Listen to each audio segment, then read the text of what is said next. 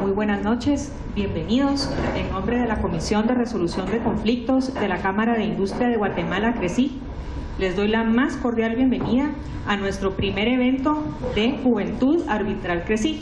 A este foro le hemos denominado JAC, y déjenme contarles que ustedes están inaugurando esta nueva rama de CRECIG, que por iniciativa de la licenciada Ana Ponce de Ibargüen, la Junta Directiva de CRECIG decidió implementar para efecto de aglutinar a jóvenes, y por jóvenes empezamos a ver quiénes éramos jóvenes, yo también me incluyo.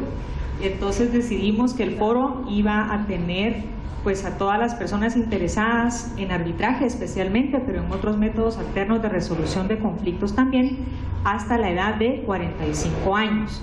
¿Qué buscamos con esto? Buscamos que en un espacio de confianza nos podamos reunir, especializarnos en estos temas, poder hacer preguntas, poder discutir y poder tener acceso a personas que nos vengan a compartir su experiencia. Y en ese sentido, pues hoy quiero agradecer enormemente la colaboración del licenciado Manuel Antonio Juárez Melgar. El abogado Juárez Melgar es experto en arbitraje, es de las personas en Guatemala probablemente con la mayor práctica en cantidad de horas invertidas en casos reales en nuestro país, así que él las ha visto de todas, y si alguien nos puede compartir qué es lo que pasa en la realidad del arbitraje en Guatemala es él.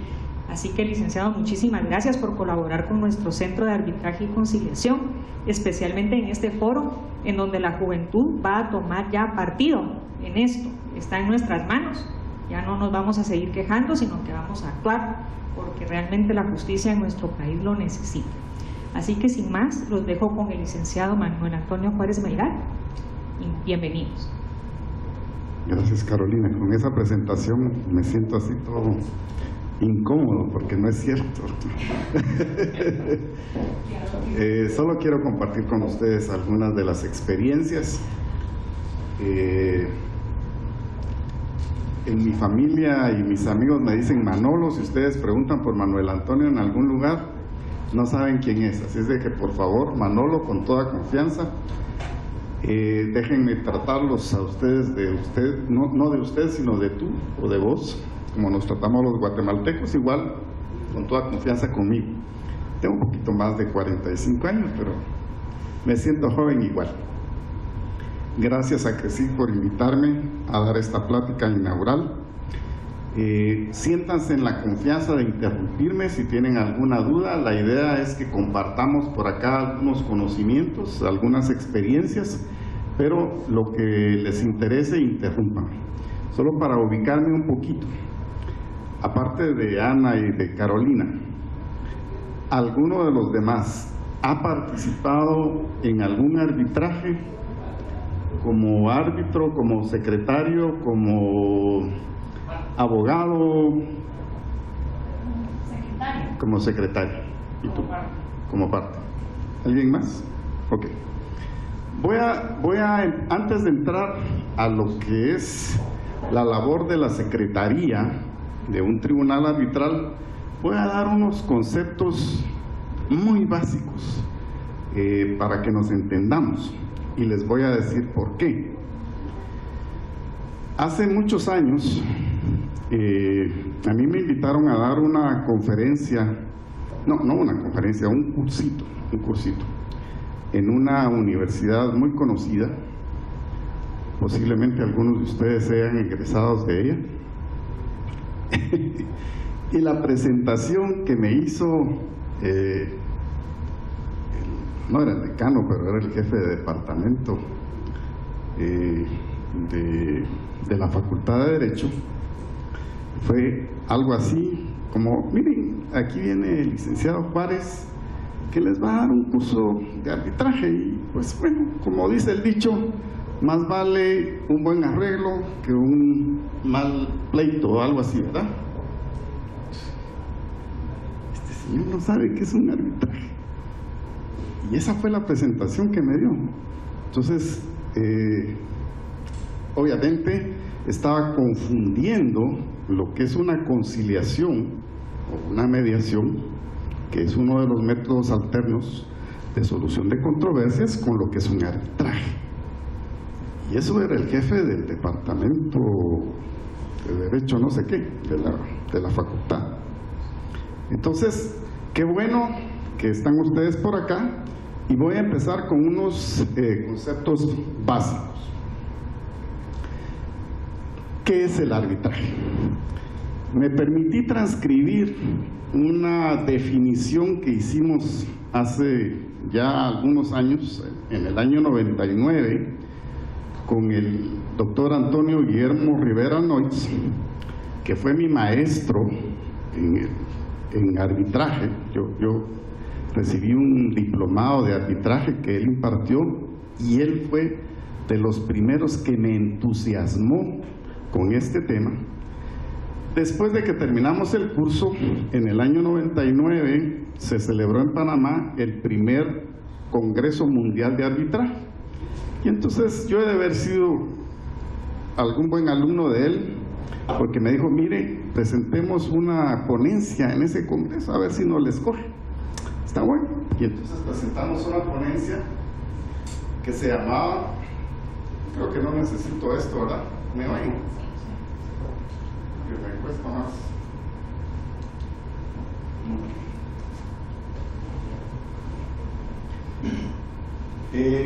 Una ponencia que se llamaba el arbitraje virtual, y la presentamos y nos la escogieron y fuimos expositores en ese primer Congreso Mundial de Arbitraje en Panamá.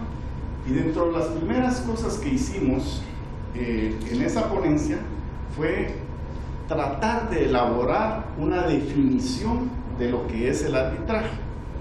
Entonces, poníamos en esa ponencia que entendemos por arbitraje un juicio de conocimiento, o sea, no es una conciliación, no es una mediación, no es una negociación, es un juicio en donde va a haber una demanda, una contestación de demanda, un periodo de pruebas, una audiencia de alegatos finales, y al final se va a emitir una resolución. Entonces, ¿cuál es la característica de este juicio de conocimiento? O sea, no pueden haber arbitrajes de ejecución, son de conocimiento, en donde el papel de jueces lo realizan particulares en vez de los jueces ordinarios de administración de justicia. ¿Por qué? Pues porque básicamente el organismo judicial está saturado. Si uno va a un tribunal ordinario, puede tener la expectativa de varios años que se lleve un juicio ordinario. Entonces, la idea aquí es hacer las cosas, una de las ventajas es hacerlas más rápidamente. Otra de las ventajas, la secretividad del juicio.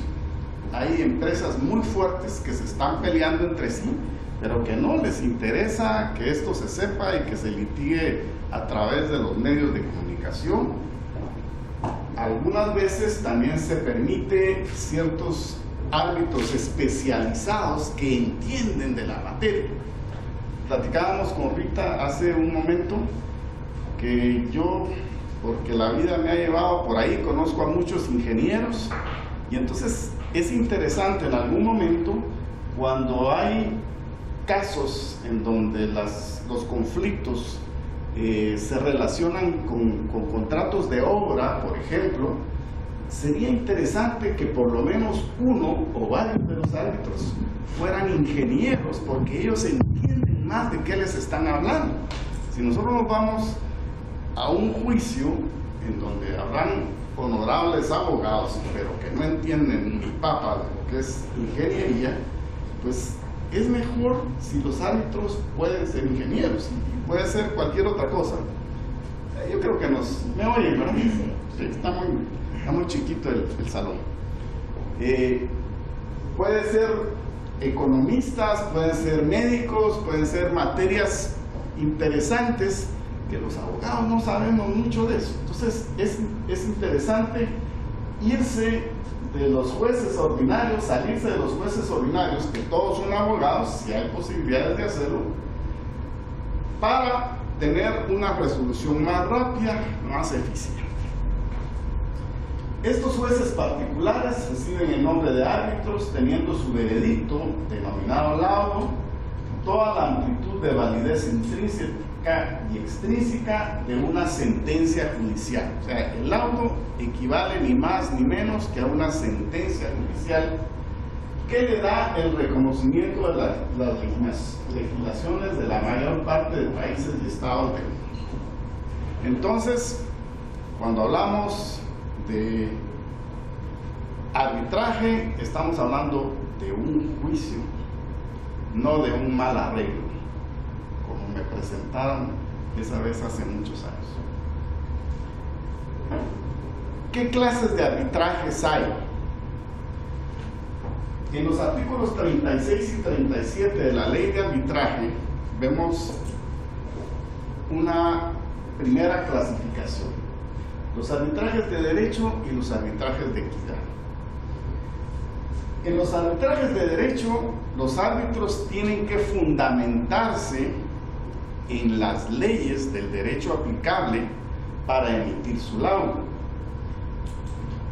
En este caso, del artículo 36 de la Ley de Arbitraje, pues se hace alguna referencia. No es que esté ahí la clasificación en la Ley de Arbitraje, sino que se hace referencia a estos tipos de arbitraje, y entonces se dice que se aplica, está más referido a los arbitrajes internacionales. Entonces el Tribunal Arbitral decidirá el litigio en los arbitrajes internacionales de conformidad con las normas de derecho elegidas por las partes como aplicables al fondo de litigio.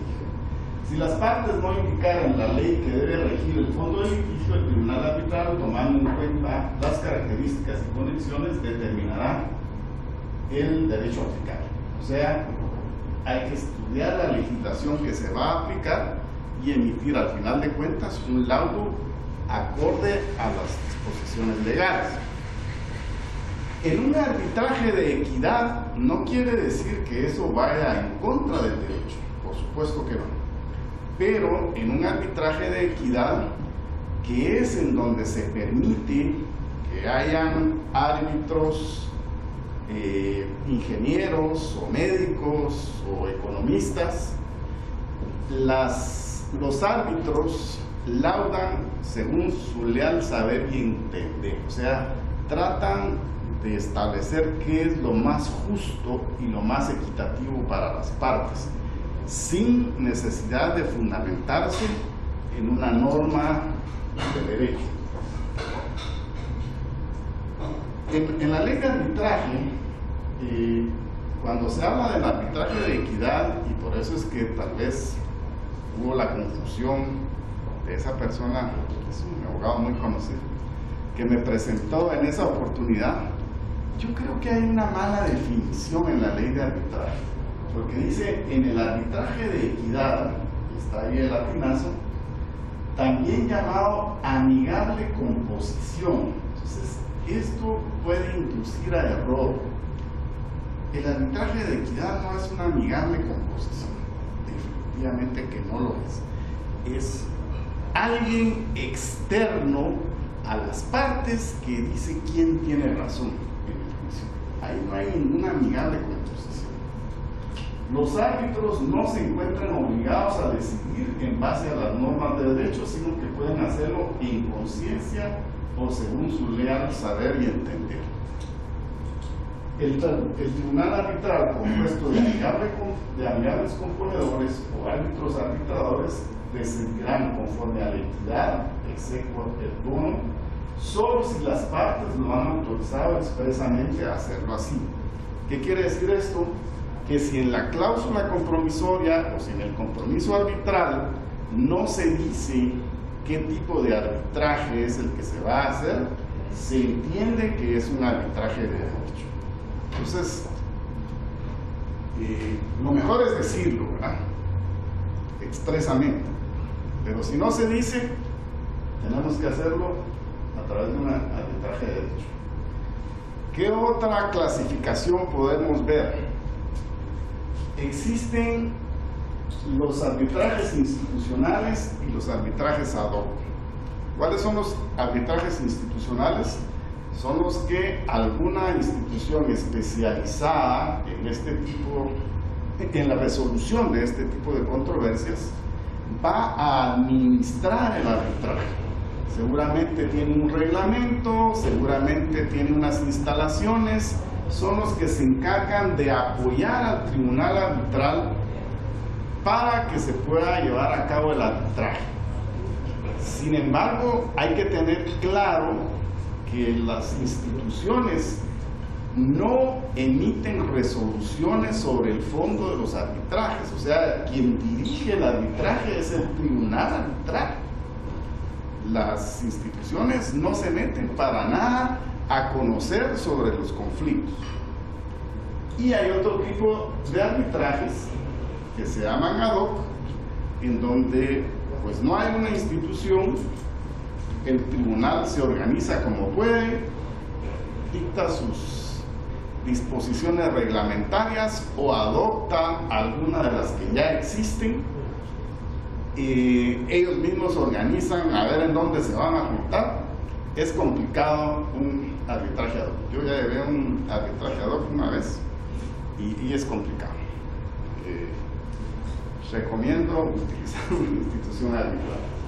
Entonces, de acuerdo con el artículo 4 de la Ley de Arbitraje, institución significa cualquier entidad legalmente reconocida a las cuales las partes libremente pueden encargar, de conformidad con sus reglamentos o normas pertinentes, la administración del arbitraje y la designación de los árbitros.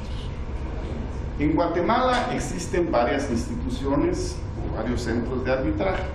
Sin embargo, los más conocidos, los que tienen más movimiento, son el CENAC, que es el Centro de Arbitraje de la Cámara de Comercio, y la CRECIC, que es el Centro de Arbitraje, la Comisión de Arbitraje de la Cámara de Industria, en donde estoy ahora y agradezco la invitación. Muchas gracias. Entonces, como estas son las más conocidas, vamos a ver un poquito ya entrando en materia qué es lo que cada uno de estos reglamentos nos dice acerca del secretario o de la secretaria. Porque hay secretarias, ¿verdad?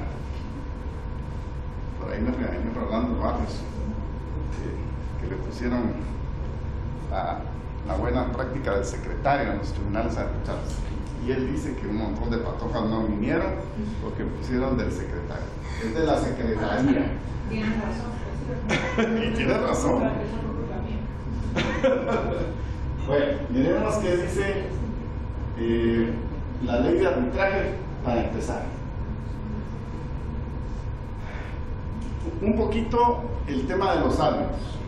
Algunas características de los árbitros.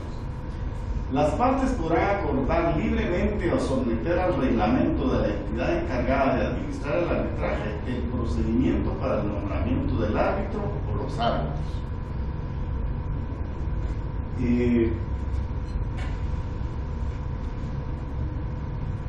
Lo más fácil, si alguien como notario no tiene experiencia en arbitrajes, les recomiendo hacer una cosa muy sencilla y poner, se nombrarán los árbitros o se llevará a cabo el arbitraje de conformidad con el reglamento de la institución tal, de conformidad con la CRECIC.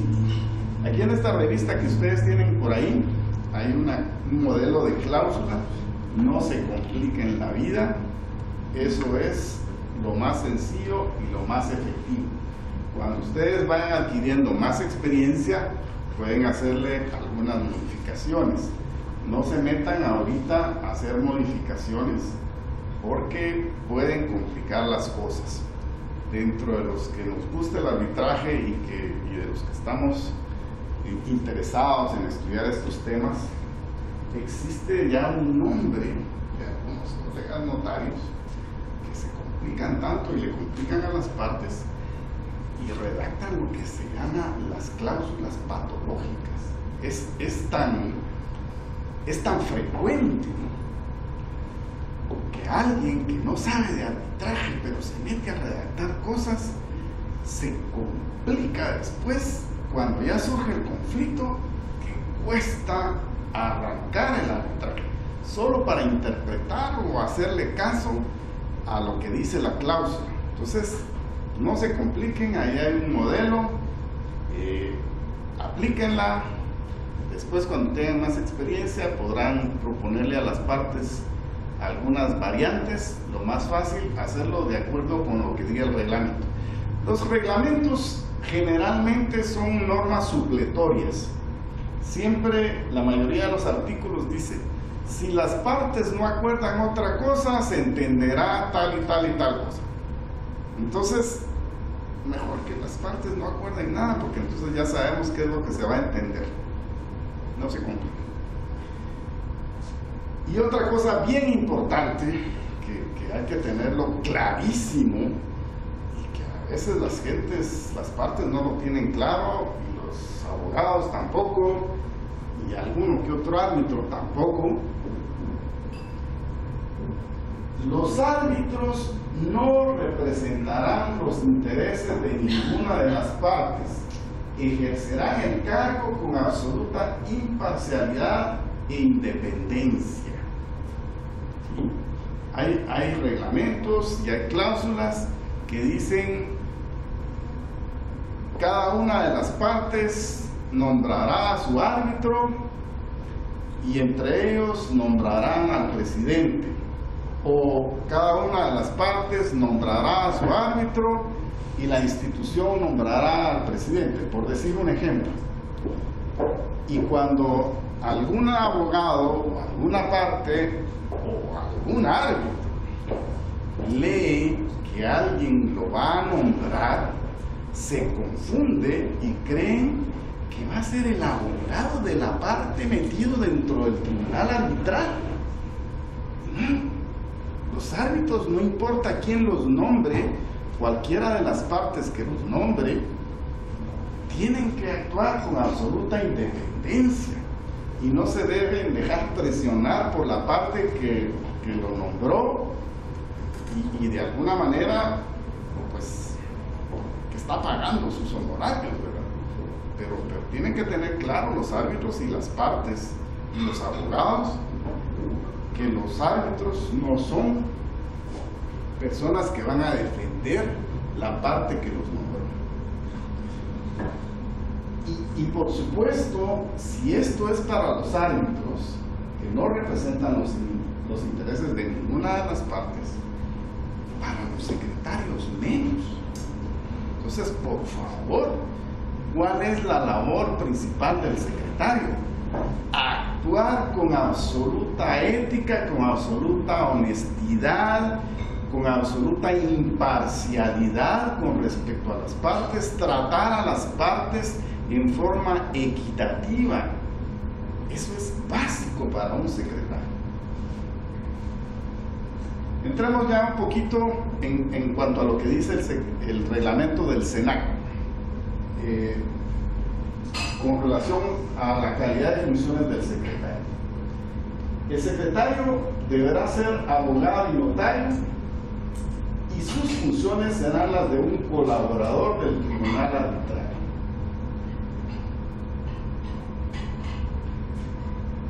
No puede ser un profesional de otra rama, no puede ser un no profesional abogado y notario, tiene que ser un abogado y notario. Y será la de un colaborador del tribunal arbitral. Yo les voy a dar un secreto. En la medida en que ustedes se metan al mundo del arbitraje, y quizás una de las formas de meterse es a través de una secretaría, en la medida en que ustedes tengan claros los conocimientos, en la medida que el tribunal arbitral vea que ustedes se involucran en su trabajo, ustedes no van a ser simples colaboradores del tribunal arbitral. Se los digo porque yo lo he hecho. Yo en muchas oportunidades me he convertido en un cuarto árbitro, con voz pero sin voto. Y eso es bonito, cuando los árbitros le dicen a uno, ¿y usted qué opina? Pues a mí me parece que esto y esto y esto. Entonces los árbitros a veces le hacen caso a uno. Pero es bonito no ser solo un colaborador del tribunal arbitral, sino meterse de lleno al caso y decir, ¿y esto por qué sí, por qué no? Claro, con mucho tacto, ¿verdad? Porque es obvio que uno como secretario no tiene voto, pero si el tribunal se lo permite, vale la opinión de uno. Yo les recomiendo que se metan. Yo lo he hecho y me ha funcionado. ¿Cuándo me lo han permitido? Cuando he sido secretario. Entonces, ¿cuáles son las labores del secretario según el reglamento del SENAC? Levantar actas y redactar proyectos de resoluciones a requerimiento y de acuerdo a los criterios del tribunal arbitral. Todas las audiencias que se llevan a cabo son filmadas, son audiencias orales, son filmadas, pero además se levanta un acta notarial de lo que se desarrolla. Entonces, como las audiencias están filmadas y después se le entrega a las partes un DVD de la audiencia, las actas no necesitan ser demasiado amplias, no necesitan ser muy explícitas, sino poner lo básico, quienes comparecieron, cuestiones muy generales. Y por supuesto, ahí está el DVD que dice qué fue lo que realmente pasó. Redactar proyectos de resoluciones a requerimiento y de acuerdo a los criterios del tribunal arbitral. No se vale que el secretario se invente otros criterios que no sean los que el tribunal arbitral ha dicho. Claro, el tribunal arbitral tendrá que revisar si eso es realmente lo que dijo, pero no yéndose en la misma línea de que los árbitros, por supuesto el secretario, deben ser imparciales. Las resoluciones o los borradores de resoluciones no pueden irse según el criterio del secretario, sino que tiene que ser de acuerdo a los criterios del tribunal arbitral. ¿Qué otra cosa tiene que hacer el secretario según el reglamento del SENAC? Efectuar las notificaciones pertinentes en un plazo máximo de 5 días de haberse emitido las resoluciones. Esto es una de las cosas que a mí más mal me cae cuando he sido secretario en el SENAC. Efectuar notificaciones es una parte que no me gusta, ¿verdad? ¿Por qué? Porque he sido muy responsable y las hago personalmente. No mando a un mensajero, no mando a una secretaria, voy y entrego las resoluciones personalmente y veo quién me las recibe y pongo las notificaciones. Pero esto tiene una solución que se les voy a contar más adelante con relación a otro artículo que hay por ahí del reglamento del SENAC.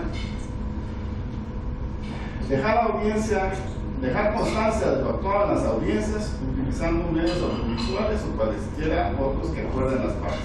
Esto está muy levantado con esto, muy relacionado con esto. Levantar las actas. Ya comentamos que las actas son pues muy generales como notario y auxiliándose en los medios audiovisuales. Y luego extender certificaciones de los laudos. Al emitirse el laudo, se extiende una certificación para que las partes puedan hacer, sobre todo la parte ganadora, pueda hacer valer sus derechos. Entonces, el secretario es el que emite la certificación del laudo. Y aquí les voy a comentar algún problemita que hay más adelante, de acuerdo con la ley de arbitraje.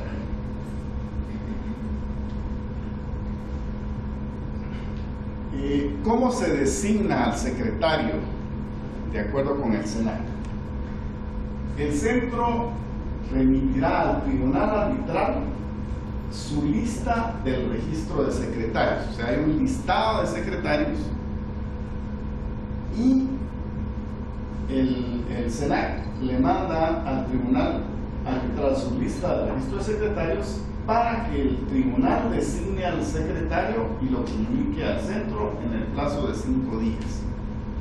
Entonces, el tribunal dice: quiero que mi secretario sea fulanito de tal. Si en ese plazo el tribunal no designa al secretario, el centro es el que procede a hacer el nombramiento del secretario. Aquí la idea es ir avanzando, ¿verdad? Los plazos son bien perentorios. Si alguien no hace algo, se sigue con la actuación para que las cosas salgan dentro del tiempo, porque una de las ventajas del arbitraje es la celeridad en la resolución de las controversias.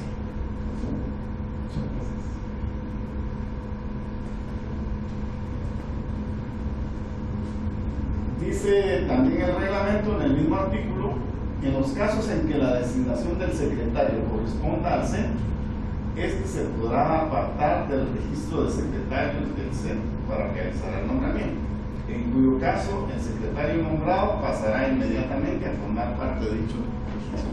O sea, el tribunal tiene que escoger del listado, pero el centro tiene la facultad de ir incorporando a otros secretarios, y al nombrar a alguien como secretario, pues automáticamente pasa a formar parte del listado de secretarios. Con relación a las notificaciones, es la parte que a mí no me gusta de ser secretario. Dice el artículo 15: las notificaciones y comunicaciones del tribunal arbitral y del centro se harán en las direcciones que las partes señalen para el efecto. Dichas notificaciones o comunicaciones se harán en forma personal y también podrán hacerse y se considerarán válidas si se realizan mediante cualquier medio que deje constancia de su envío o aviso.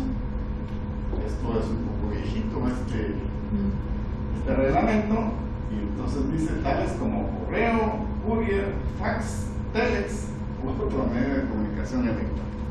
Ya todo eso no se usa, ¿verdad? Ya usamos el correo electrónico. Y entonces, ¿cuál es el secreto?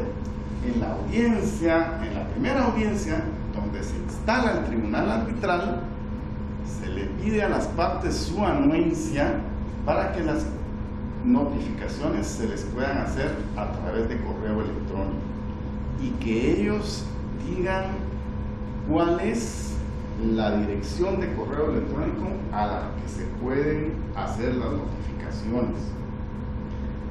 Y por supuesto, cuando se hacen las notificaciones por correo electrónico, se le pide a las partes que contesten de recibido en la resolución. Eventualmente hay alguna documentación muy voluminosa que habrá que notificarla personalmente.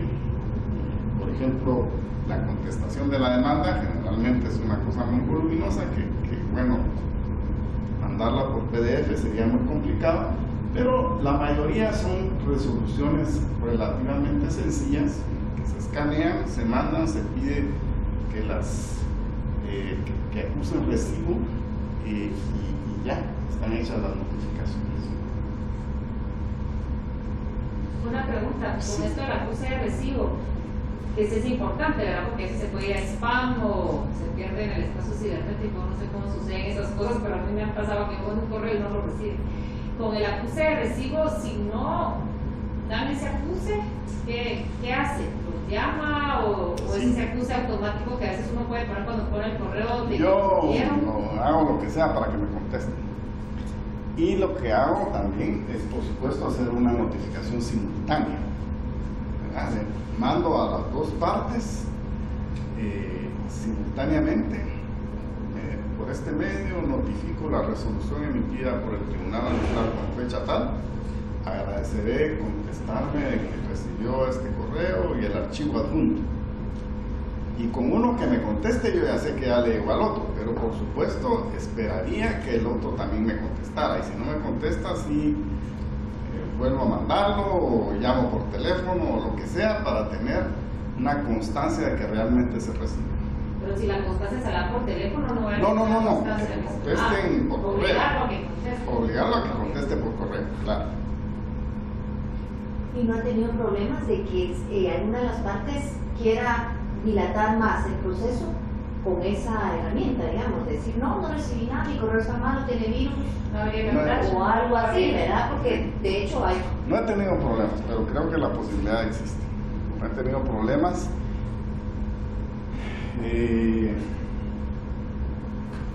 Generalmente los bufetes que se dedican a llevar arbitrajes son bufetes muy correctos, que da gusto litigar en un arbitraje.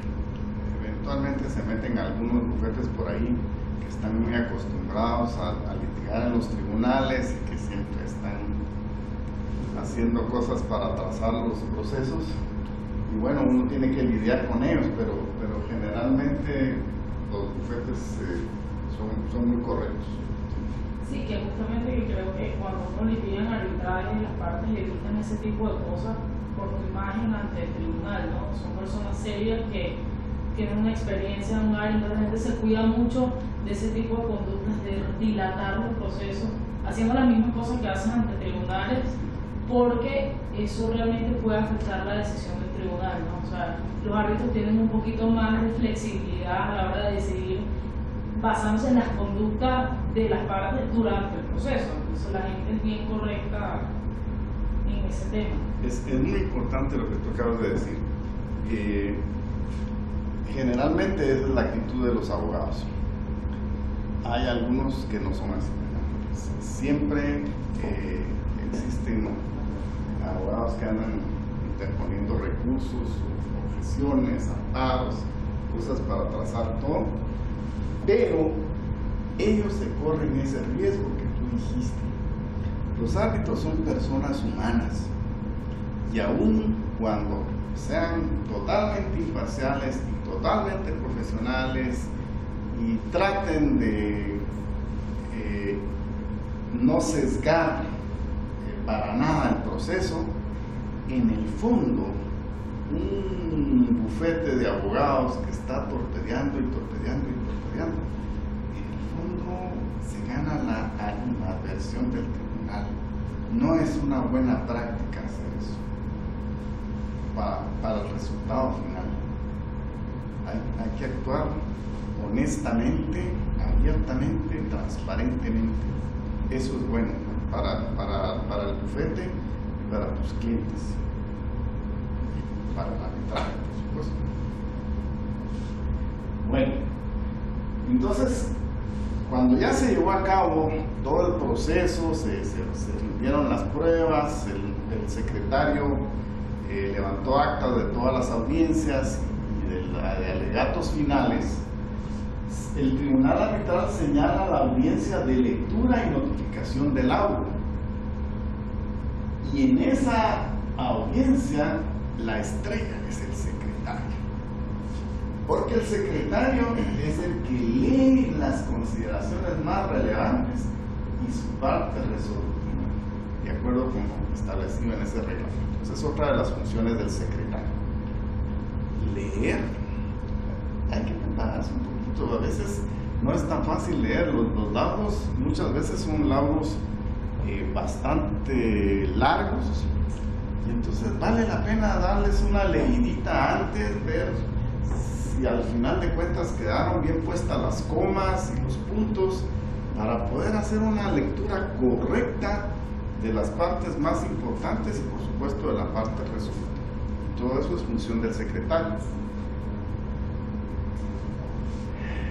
La parte buena. Les tengo una noticia buena y una mala. La noticia buena. Los gastos del arbitraje incluyen los honorarios del árbitro o de los árbitros, del secretario y de los gastos administrativos del centro. El centro fijará los gastos del arbitraje de conformidad con la tabla de aranceles que se encontraba vigente al inicio del arbitraje. Entonces, la parte buena, la noticia buena, van a haber honorarios para el secretario. La noticia mala. Según la tabla de aranceles, los honorarios del secretario son equivalentes a la mitad de los honorarios de los árbitros. O sea, el secretario gana el 50% de lo que ganan los árbitros. Y es un trabajal increíble el que hace el secretario. Casi que la labor del árbitro o de los árbitros está al final en la redacción, en tomar la decisión y redactar las partes más importantes del acto. Pero generalmente los árbitros son personas con mucha más experiencia y que tienen la responsabilidad de decir quién tiene la razón. El secretario no tiene ninguna responsabilidad, pero ha trabajado un montón. De verdad, créanme lo que tú que has sido secretaria. Yo sí notifico personalmente en las oficinas. Por supuesto. Y además le acta notarial. O sea, llevo cédula Claro. y acta notarial. Pero si aceptamos que nos envíen los memoriales vía electrónico, por correo electrónico, eso sí lo aceptamos, pero yo sí voy a las Claro, oficinas. es un trabajal. Pero el secretario aprende un montón. En cada arbitraje en donde uno ha sido secretario, aprende muchísimo, sobre todo si los árbitros son personas de experiencia. Y entonces uno aprende muchísimo. Mi consejo, métanse como secretarios, vale la pena. Si ustedes se quieren meter en este mundo, traten de involucrarse como secretarios y van a aprender muchísimo, a pesar de que los honorarios son el 50%. Yo he recomendado en el SENAC, aquí no, lo hago ahorita públicamente, debiera aumentarse, debiera ser por lo menos el 75%. Es un trabajal el que hace el secretario. ¿Qué dice la CRECIG en relación al secretario? Que son atribuciones del director general actuar como secretario en los procedimientos de los métodos alternativos de solución de conflictos administrados por la CRECIG, y en su caso nombrar secretarios ad hoc de la nómina oficial de secretarios de la CRECIG. O sea que este director general, que es el que normalmente debiera ser el secretario, pues está facultado para nombrar secretarios, y yo supongo que lo hacen. No creo que el director se eche la pacaya de ser secretario, pero es el director el que nombra al secretario, no el tribunal como está concebido en el reglamento del SENAC. ¿Qué más? Los secretarios de los tribunales arbitrales serán designados tomando como base los listados de la CRECIG, pero el tribunal arbitral podrá pedir su cambio. O sea, si bien es cierto, el director es el que los nombra, el tribunal puede pedir el cambio del secretario si no le parece.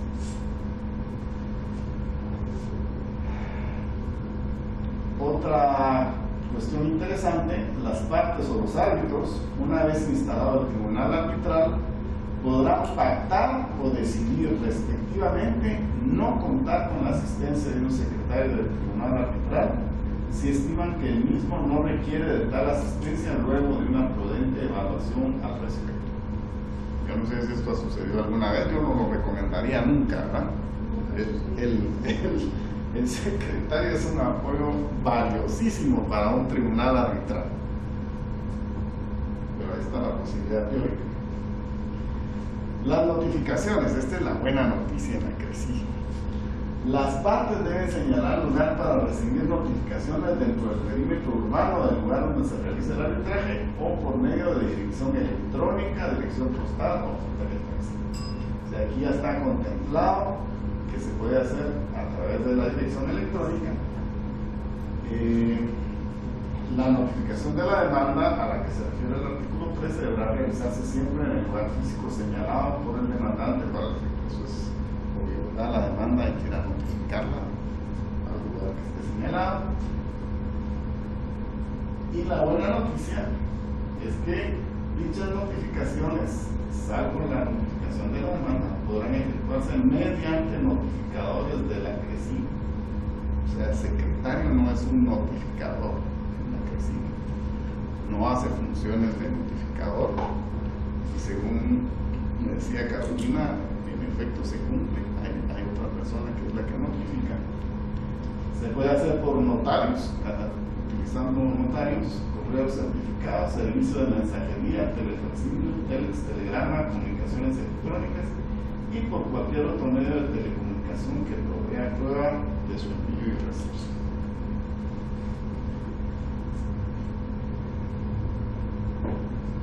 ¿Puedo hacer una pregunta? Por favor. Voy a regresar 2 slides. Y solo una pregunta a alguien de CRECIC. Si la frase esta de dirección electrónica no ha tenido alguna interpretación distinta, supondríamos que es correo. Solo curiosidad. Hasta el momento no se nos ha llamado la atención a eso, pero podría ser, ¿verdad? Porque habría alguien por ahí que pueda decir es que dirección electrónica no es lo mismo que correo electrónico, pero ¿cuál será la definición correcta? Porque el correo es como que general y la dirección es la personal de cada persona. Por ahí puede haber alguien que piense distinto. No sé. Pero hasta el momento nunca nos han resaltado esa parte. ¿Y tú has tenido algún caso donde haya habido esa discusión de dirección o correo? La verdad que sí, no en este ámbito, pero los términos a veces se entienden diferentes: servicio de correo electrónico, correo personal, cuenta personal de un proveedor de servicio de correo electrónico, dirección en un servidor. Hay distintas y a veces se puede poner más tiempos, pero a veces como que lo más feliz, me imagino, ha de ser acordar y que se va a acostar en un acta que todos entienden que dirección electrónica se va a poner de una... Es lo que yo recomiendo. En el acta de instalación del tribunal se les pide la dirección a la cual se va a notificar y ahí se pone paresmelgar@gmail.com. No hay para dónde. Sí. Licenciado, para hacer un énfasis dentro de esta pregunta, según el doctrinario Más Barrios Osorio, establece que la dirección electrónica y el correo electrónico, a que son términos que en algún sentido pueden ser distintos, son similares. Entonces, como cualquier circunstancia. ¿Quién es el tratadista? Como Más Barrios Osorio. Tal vez solo apuntar ahí para compartirles que en los términos de referencia que se usan en CRECIC, finalmente los produce el tribunal con base en lo que las partes proponen. CRECIC le pide al tribunal que establezca esa parte dentro de los términos, queda incluido dentro de los términos de referencia, que las partes suscriben su dirección electrónica. Entonces también ahí, por si no se les pasa la sugerencia excelente que nos hace el licenciado Juárez, que existe esa otra posibilidad. Esa es una característica bien importante, la que comenta Carolina, que no existe en el SENAC, los términos de referencia. En el SENAC no hay términos de referencia. Demanda, contrademanda o contestación de demanda, y ahí vamos, pruebas. En la CRECIC hay elaboración de términos de referencia que es, de alguna manera, acotar exactamente qué es lo que se le está pidiendo al tribunal arbitral sobre lo que tiene que laudar.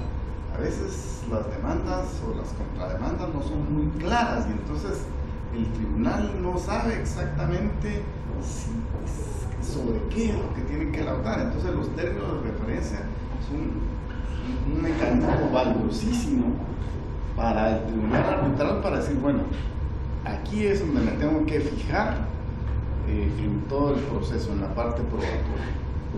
Eso es un buen mecanismo que no existe en el Senado.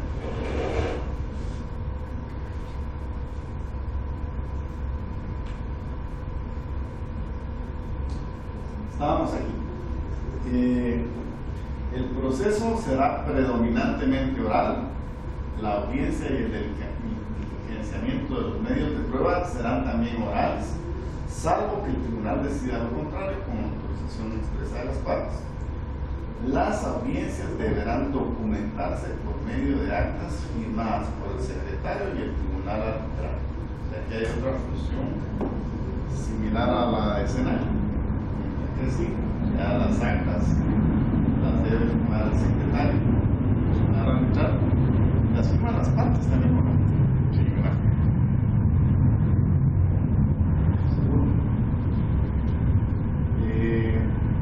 Salvo que las partes dispongan lo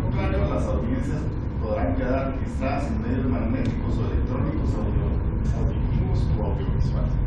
O sea, lo más fácil es que todo quede grabado, ahí no hay donde perderse. La mala noticia también, los honorarios de los secretarios de los tribunales de arbitraje serán fijados por la CRECIG a razón de una tasa del 50% de los honorarios que se fijen para los árbitros. La tasa antes relacionada podrá variar. Esto es interesante, que aquí sí se permite variar eso. Podrá variar tomando en cuenta la calidad profesional y experiencia del secretario y la complejidad del caso. O sea, hay un poquito de flexibilidad ahí, dependiendo del caso. Sí, Carolina. Sí, ya compartir que tuvimos el caso el año pasado de un tribunal que nos pidió elevarle los honorarios al secretario que les apoyó, y así se hizo.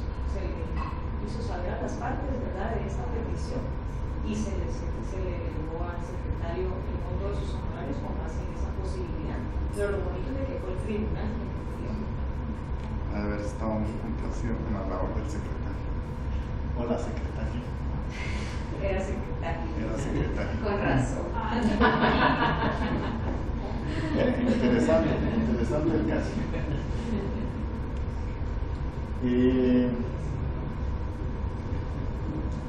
Ya concluyendo un poquito la charla, aspectos muy generales. El artículo 23 de la ley de arbitraje dice trato equitativo a las partes. Deberá tratarse a las partes equitativamente y darse a cada una de ellas plena oportunidad de hacer valer sus derechos conforme a los principios esenciales de audiencia, contradicción e igualdad entre las partes. Entonces, si esto se le pide a los árbitros que lo hagan, con mayor razón los secretarios deben comportarse de tal manera que las partes no puedan en lo más mínimo pensar que un secretario está favoreciendo a la otra parte.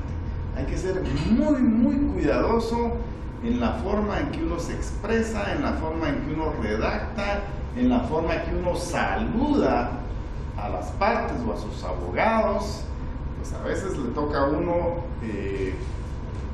saludar a sus amigos, ¿verdad? Si es uno de los árbitros, pues bueno, los saludamos como amigos, somos amigos, pero cuando estamos en la audiencia, licenciado fulano de tal, abogado tal, con todo respeto, con toda consideración a las partes, en una forma totalmente equitativa, que no quede la más mínima duda de que se pueda estar inclinando el secretario o los árbitros a favor de una de las partes, o de las partes o de sus abogados. Entonces, mucho cuidado con eso. Licenciado, ahorita Sí. que dice usted el ejemplo que tal vez uno saluda a sus amigos, ¿en qué casos recomienda usted que debe inhibirse el secretario tomando en cuenta esa amistad que puede haber? ¿Cómo gradúa usted eso y qué experiencias ha tenido? ¿O alguna animadversión? Porque ahí sí que es algo voluntario del secretario, que no necesariamente las partes lo van a saber. Sí. Yo no le pondría mucho, salvo que fuera una amistad tan íntima. Si uno conoce a otro abogado, yo no me inhibiría como secretario, y tratando de respetar a ambas partes en las audiencias, sobre todo porque el secretario no tiene voto. Entonces, no es así tan delicado. Si fuera árbitro, sí. Si fuera árbitro, sí hay que tener mucho cuidado, pues declarar si uno alguna vez ha tenido alguna relación personal o comercial con las partes, con sus abogados, para que, bueno, si uno se considera que no puede ser imparcial, mejor excusarse, y también las partes pueden recusar a los árbitros. Yo he recomendado, si alguien lo recusa a uno, aun cuando no tenga razón en lo que está diciendo, yo renuncio, ¿no? Yo me excuso. Aquel me recusó, sin entrar a considerar si es cierto o no es cierto, yo me excuso. O sea, en aras de mantener el espíritu del arbitraje, que es un juicio mucho más puro, mucho más ético, mucho más correcto, yo prefiero que no quede la más mínima duda, yo me excusaría. Con el secretario no lo veo tan delicado, a menos que sí realmente sea una relación muy íntima, ¿verdad? Si eso fuera el caso, pues sí. Pero si conozco a uno de los abogados y al otro, al abogado de la otra parte, no lo conozco. Pero sí, a la hora de las audiencias, por supuesto, un trato igual para las partes.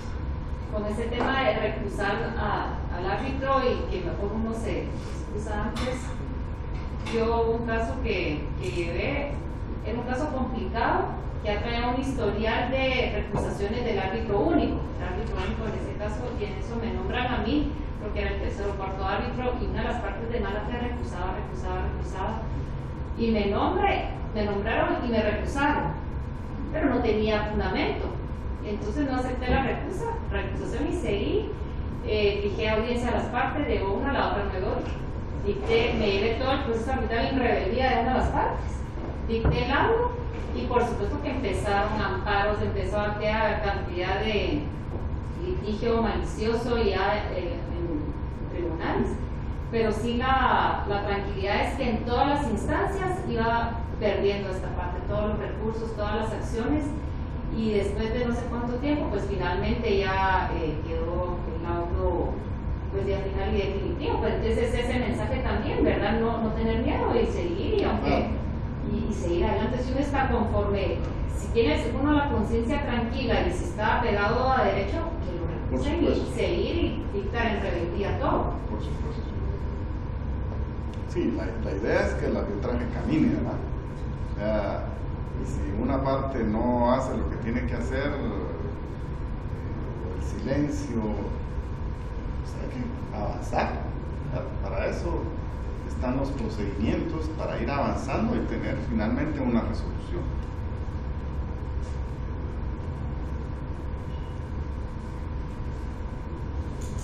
Bueno, esta es otra cosa importante en relación al secretario.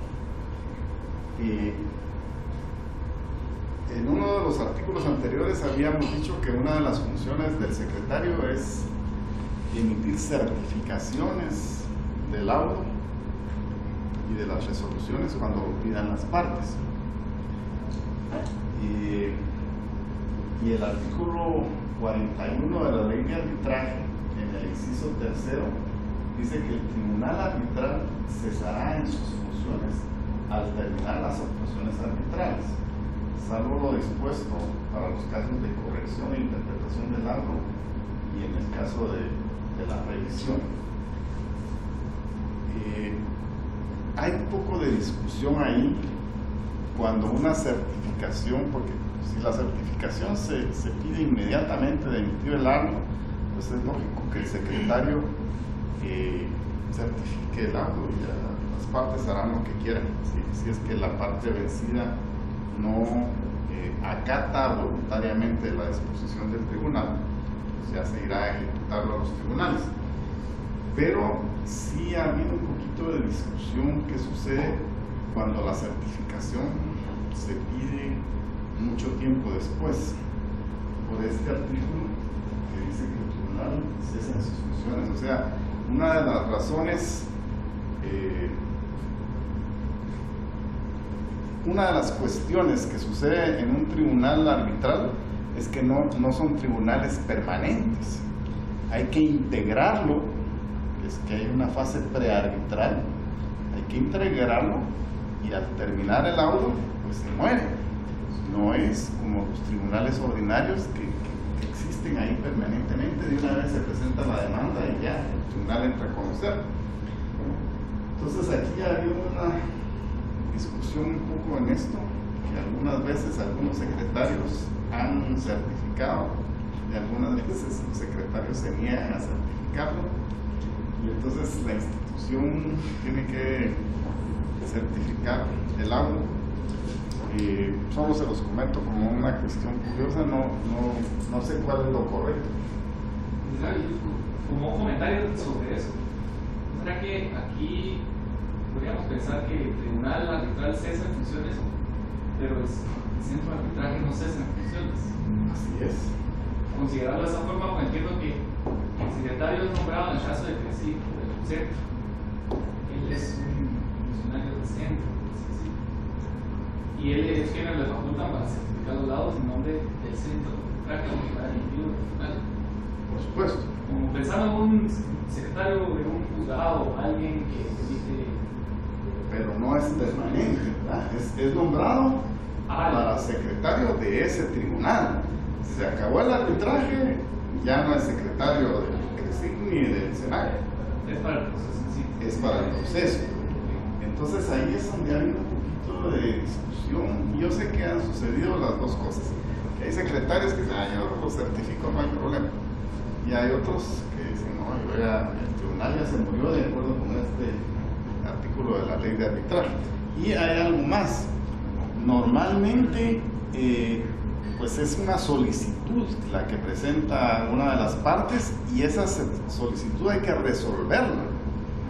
Y entonces también a veces el tribunal, aunque el secretario diga, bueno, yo lo certifico, no hay problema, tiene que haber una resolución del tribunal que diga extiéndase, se notifica esa resolución a la otra parte para que la otra parte sepa que ya van a empezar ahí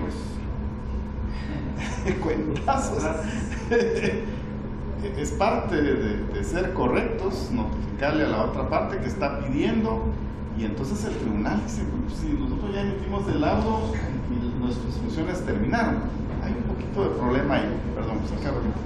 Sí, sobre ese tema que como usted dice, ha generado discusión, la verdad, pero yo quería decirle que usted tiene toda la razón, que el centro tiene que entrar a hacer algo, por eso es de que dentro del procedimiento interno, sí, nosotros ya llevamos un buen tiempo de haber establecido como algo que se hace en todos los casos, que esa certificación se da el día de lectura a ambas partes.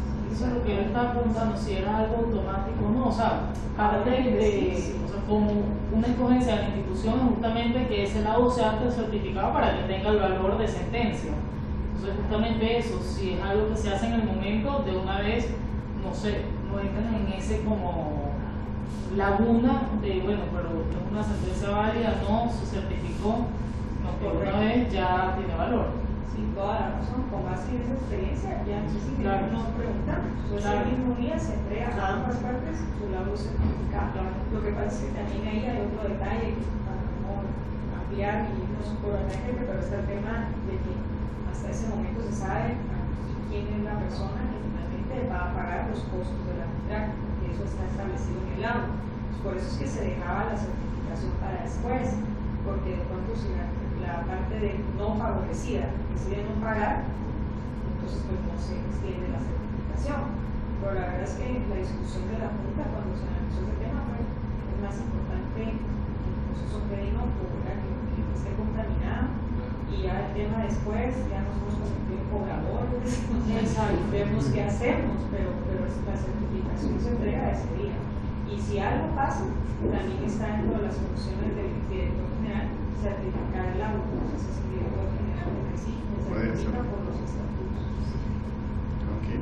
Como ustedes podrán haber observado, yo no tengo experiencia en arbitrajes de la CRECIC, y por eso agradezco muchísimo que me hayan invitado a dar esta primera plática. Yo tengo experiencia en el SENAC y la CRECIC jamás. Solo me gusta asistir a las pláticas que dan una vez al mes, porque aprende uno muchísimo. Y entonces, por eso me estaba auxiliando aquí de Ana y de Carolina. En el SENAC no se acostumbra a certificar el laudo, sino que solo si alguna de las partes lo pide posteriormente, se certifica. Pero debiera ser una práctica. Me parece muy interesante que se haga. Y tampoco se lee el laudo si no está pagado el arbitraje al 100%. O sea que si se emite el laudo y las partes no han pagado, se suspende la audiencia de lectura del laudo si alguna de las partes no ha pagado, para evitar ese problema. Lo que sí sucede, lo que sí permite el SENAC, que no sé si la CRECIC lo permite, es que si una parte no paga, la otra parte, por supuesto, puede pagar, sujeto a lo que al final decidió en cuestión de costas el tribunal. ¿Verdad? Pero bueno, para no andar de cobradores, mejor no leer el laudo si no está totalmente pagado.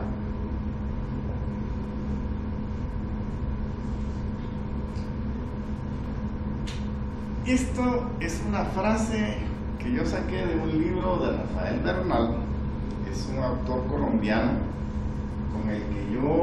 al que yo asistí también a una capacitación de arbitraje. Un excelente capacitador, es un abogado brillante, pero de aquel que se le cae la baba a uno, ¿verdad? Brillante, brillante. Él escribió un libro que se llama El arbitraje en Guatemala, apoyo a la justicia.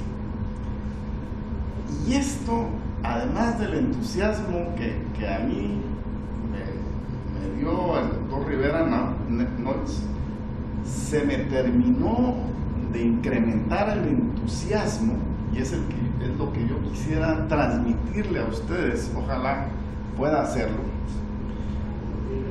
porque yo soy de alguna manera un abogado frustrado. A mí el derecho me encanta, pero ya cuando estaba haciendo mis prácticas y me fui a los tribunales ordinarios de justicia, dije, esto no es para mí. A mí la teoría me encanta, pero ir a litigar a tribunales, esto no es para mí. Entonces yo la experiencia que tengo en tribunales, lo confieso, son mis prácticas del bufete popular. Y nunca más he litigado en tribunales. Hasta que mucho tiempo después me enteré que existía el arbitraje. Pero si a mí me gusta el derecho. Y aquí se busca escudriñar la verdad. ¿Por qué? Porque en tribunales, en tribunales ordinarios, entre otras cosas, se va mucho al formalismo.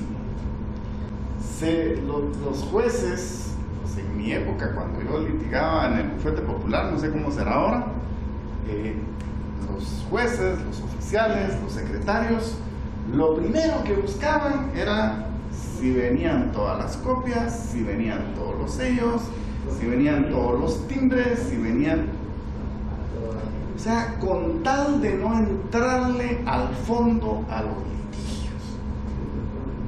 Y entonces, cuando escuché del doctor Bernal decir, en los arbitrajes buscamos la verdad verdadera, no la verdad formal, ahí me hizo clic y me entusiasmé con el arbitraje. En los arbitrajes buscamos la verdad verdadera. Los árbitros tienen muchas facultades durante las audiencias de interrumpir a los testigos, de interrumpir a las partes, de interrumpir a los expertos y decirle, mire, usted acaba de decir tal cosa, entendí bien que eso es tal y tal cosa, o mire qué sucede, o sea, tratar de buscar la verdad verdadera para al final de cuentas emitir un laudo justo, no fijarme tanto en los timbres y en las copias y en los sellos y en todas esas cuestiones. Y entonces esa frase que yo le oí al doctor Bernal hace muchos años está plasmada en este libro, que lo busqué, es un libro que ya tiene algunos años, y busqué porque yo sabía que en el libro está aquí. El árbitro debe propender por decidir conforme la verdad real y no formal. Y para el efecto deberá hacer uso de las facultades que, como vimos, como vio ahí en el libro, le permiten indagar y participar efectivamente a través de sus facultades oficiosas en la búsqueda de aquello, en la búsqueda de la verdad real. Eso es lo más fascinante para mí en los arbitrajes. Buscar la verdad real para saber qué es lo más justo, para ser equitativo, pero sobre todo para ser justo a la hora de dictar un laudo. Esto fue lo que a mí me entusiasmó. Yo quisiera transmitírselo a ustedes para que ustedes también se entusiasmen y se metan al mundo del arbitraje. ¿Y cómo se pueden iniciar en el arbitraje? Los que no se han iniciado, qué bueno que tú ya estás, si había alguien más que había participado como parte, habías participado tú, ¿verdad? Ok. En primer lugar, empapándose del tema. ¿Cómo? Asistiendo a conferencias sobre este tema. Yo trato de no perderme las conferencias que la CRECIG organiza mes a mes. Y ahora que está organizando conferencias para jóvenes, qué bueno.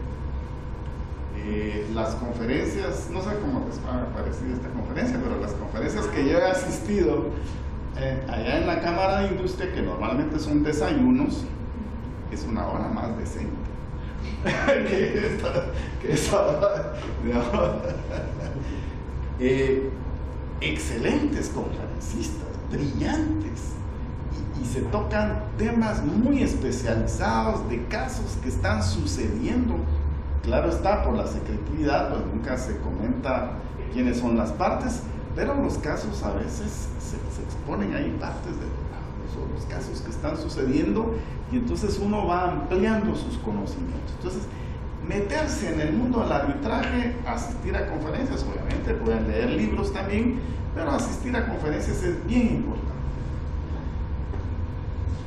Como notarios, supongo que todos ya son graduados.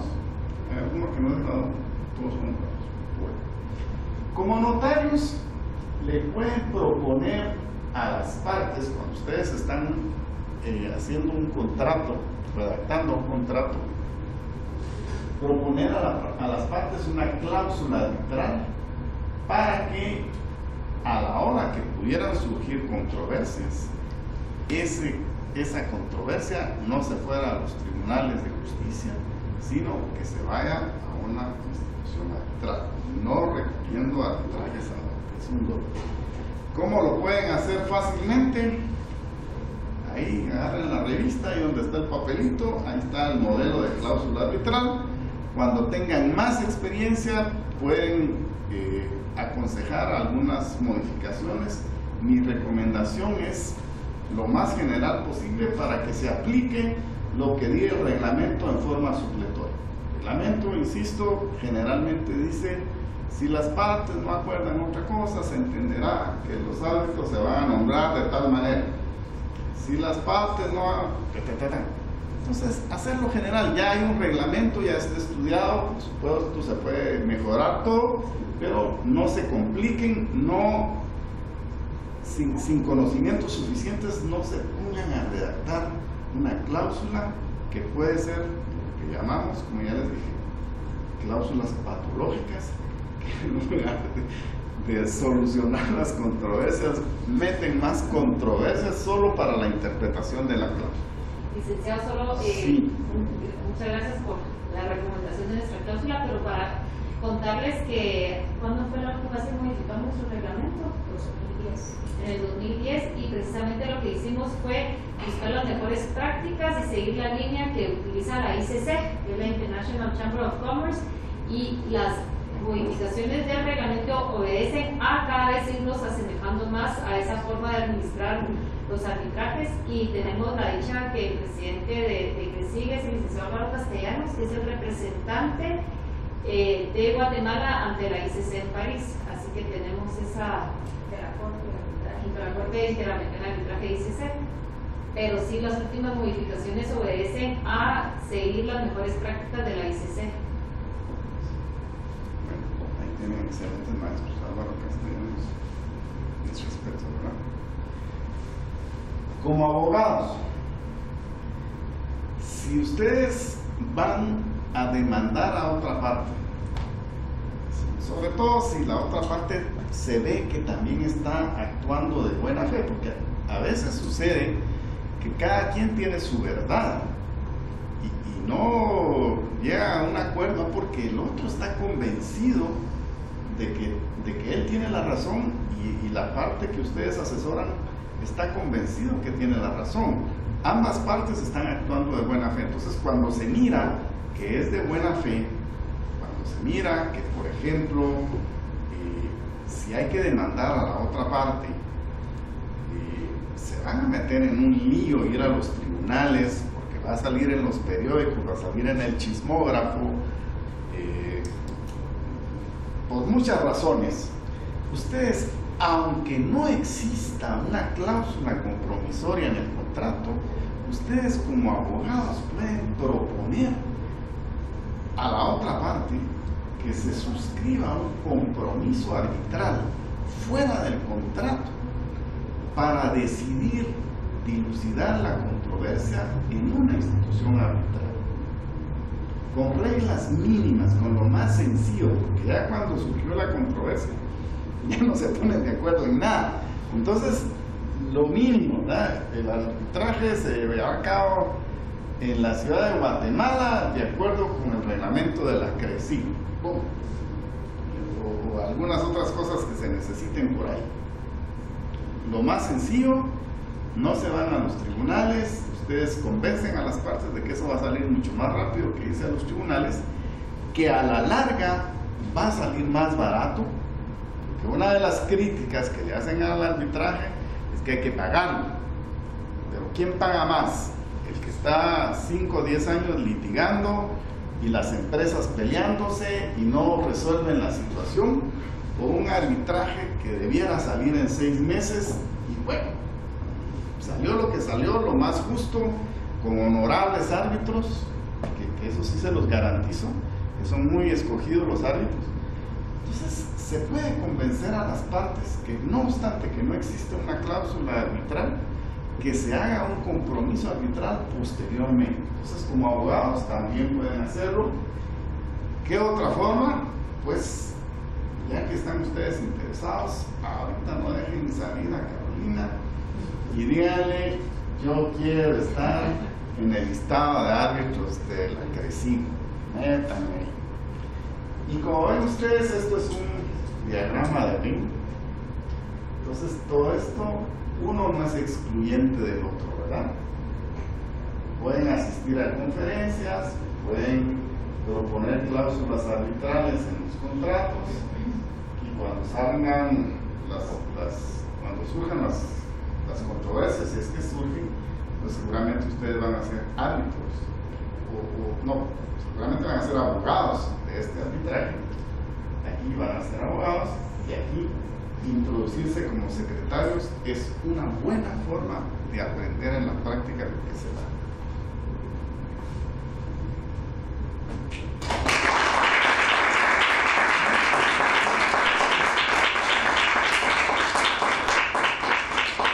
Reitero mi agradecimiento a la CRECIG por haberme invitado, no siendo parte de la familia de la CRECIG, pero sí asisto a sus desayunos porque son muy buenos.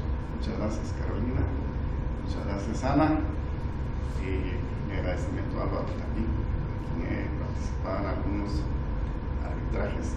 Mis respetos el doctor Álvaro Castellanos, es un reconocido árbitro y es el presidente de la CRECIG en este momento. O sea, que él está dirigiendo esta institución. Yo los invito a que se vean en este momento, es fabuloso. Vale la pena. Muchas gracias, licenciado. La verdad es que en nombre de CRECIG le agradecemos muchísimo la excelentísima, de verdad, que superó nuestras expectativas de lección inaugural del JAC, de la cobertura de la CRECIG que estamos empezando hoy. Y nada, de que no es familia de CRECIG, usted es parte de CRECIG. Y le cuento que el día lunes fue nuestra última sesión de junta directiva y usted fue incluido en la nómina de árbitros. Le hago el anuncio público. Me notifica, qué bueno. Así que ya empezará, supongo yo, a hacer funciones de árbitro con nosotros. Muchas gracias por ayudarnos a motivar y a compartir con nosotros sus buenísimas experiencias. De ustedes, gracias por empezar este foro que hoy iniciamos, así que ustedes son los que inauguran y han quedado ya registrados Vamos a mandarles información de cómo pueden incluir en sus currículums si ustedes forman parte del JAC, si ustedes quisieran, ¿verdad? Y que continúen participando. Esta actividad va a ser bimensual, cada 2 meses, y aceptamos sugerencias sobre temas, sobre actividades, lo que ustedes quieran. Y en relación a si quieren participar como secretarios o como árbitros, lo único que tienen que hacer es enviar su hoja de vida y una solicitud para que la junta directiva decida su inclusión en cualquiera de las nóminas, ya sea la de árbitros o la de secretarios, si cumplen con los requisitos del caso, pero todas las solicitudes son bienvenidas. Y ahora vamos a proceder a la cata profesional de rones, para lo cual los invito a que continúen con nosotros, el licenciado adopte el lugar que quiera, para que nos den aquí a instruir sobre los rones de esos temas que